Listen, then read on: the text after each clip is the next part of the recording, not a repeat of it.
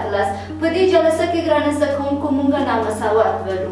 راځئ ګرانه زده کوونکو چې خپل درس پیل کړو. موږ عنوان څه ده؟ نامساوات ده.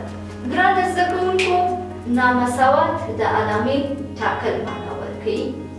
د الجبریک اظهار نښه ټاکلو هدف دا دی چې مشخص کړي چې کومه متغیره قیمتونه بیان مثبت کیږي او کوم متغیره قیمتونه منفي دي او کومه متغیره قیمتونه صفر کیږي پرته له اشارې نه.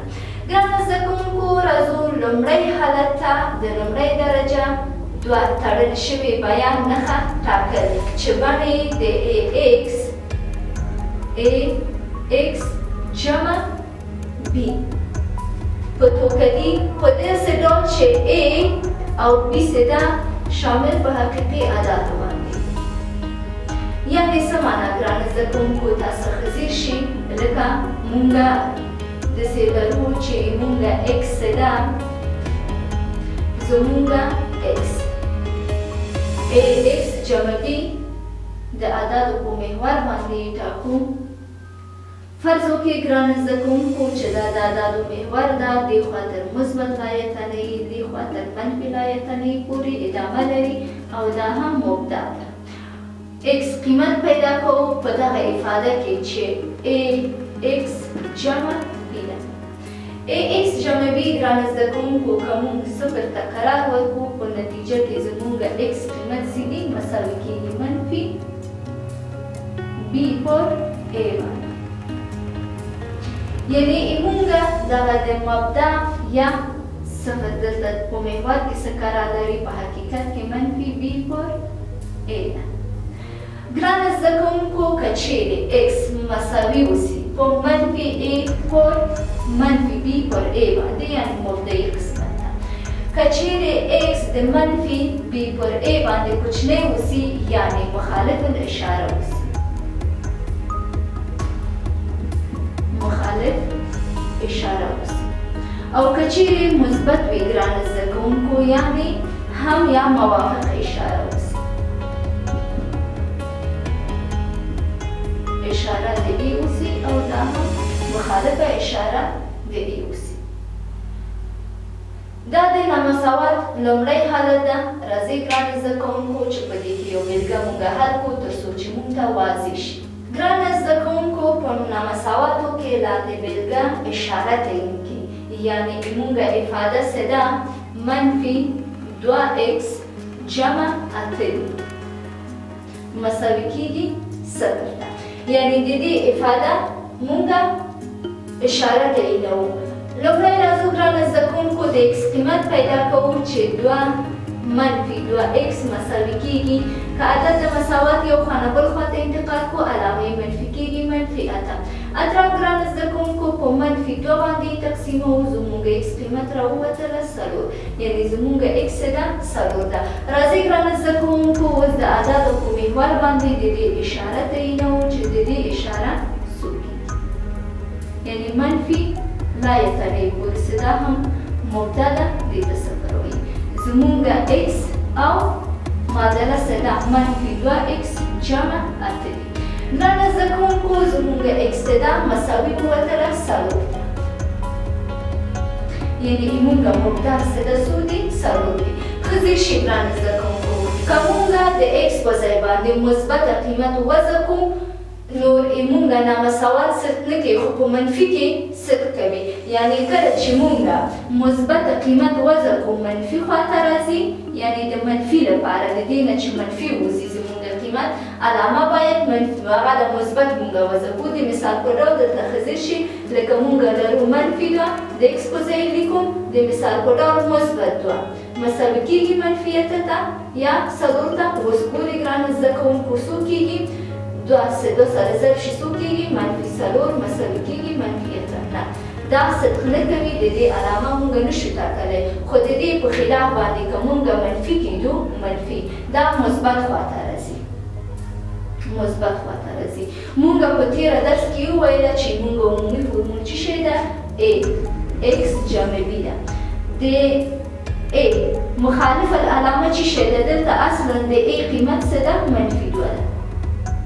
نو د ای علامه چې شي شو منفي مثبت خواته راځي چې دا موافق دی علامه ای سره ده او مثبت چې دی مخالف د علامه ای سره ده نو ځکه په منفي محور باندې مثبت اشاره ځان ته نیسي ای په منفي محور باندې ځان ته ای مثبت اشاره نیسي په مثبت باندې ځان ته منفي اشاره نیسي ځکه چې دلته د ای علامه څه ده په دغه معادله یا افاده کې منفي ده. همدارنګه ګرانه زده کوونکو ځیر شي چې یو بله بېلګه مونږ حل کړو که مونږ داسې افاده ولرو چې x مربع جمع x منفي شپږ مساوي کېږي صفر ته. مونږ داسې علامه ولرو باید د x دا دویمه حالت ده ځکه چې مربع لري مخکې بېلګه یې مونږ اوله حالت و دا مربع لري دویمه حالت ده. ګرانه زده کوونکو دلته چې شی کوو مونږ د x اشاره تعینوو چې د دې اشاره څرنګه ده. راځئ ګرانه زده کوونکو لومړی د دې نه څه اشاره تعین کړو دا تجزیه کوو د x قیمت پیدا کوو. x چې x سره ضرب شي څو کېږي ګرانه زده کوونکو x مربع کېږي. منفي شپږ داسې نیسو چې منفي درې ضرب د مثبت دوه څو کېږي منفي شپږ کېږي. نو دا د همغه معادله اوس زموږ تجزیه کړله اوس د x قیمت پیدا کوو. زموږ یو x مساوي کېږي منفي درې ته او زموږ بل x ده مساوي کېږي مثبت دوه. راځئ ګرانه زده کوونکو ښه ځیر شي په دې ځای کې یا دا هم په دې شکل باندې کولی شو چې مونږ ولیکو. د اعدادو محور اول باسو مونږه فرض وکړئ چې دا مثبت لایتنه‌ای ده او دې خوا هم منفي لایتنه‌ای ده دا مبدا ده دا مبدا هم صفر ده. مونږه یو عدد څو وتله اکسو ده منفي درې ده یعنی مثبت لایتنه‌ای خواته منفي راځي او بل قیمت څه ده چې ده مثبت دوه ده یعنی مثبت دوه خواته راځي. نور مونږ راځو ګرانه زده کوونکو د x اشاره تعینوو چې مونږ عمومي فورمول هم ax مربع جمع bx جمع c مساوي صفر ده. ګرانه زده کوونکو ښه ځیر شي هلته مونږ د ای قیمت چې شی ده د ای قیمت مثبت ده.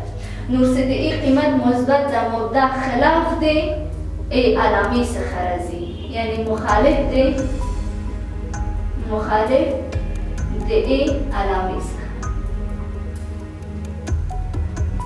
او په دې خو یې ګوري موافق د ای علامې څخه راځي د ای علامې څخه. همدارنګه د منفي خواته هم موافق دی ای علامې څخه راځي.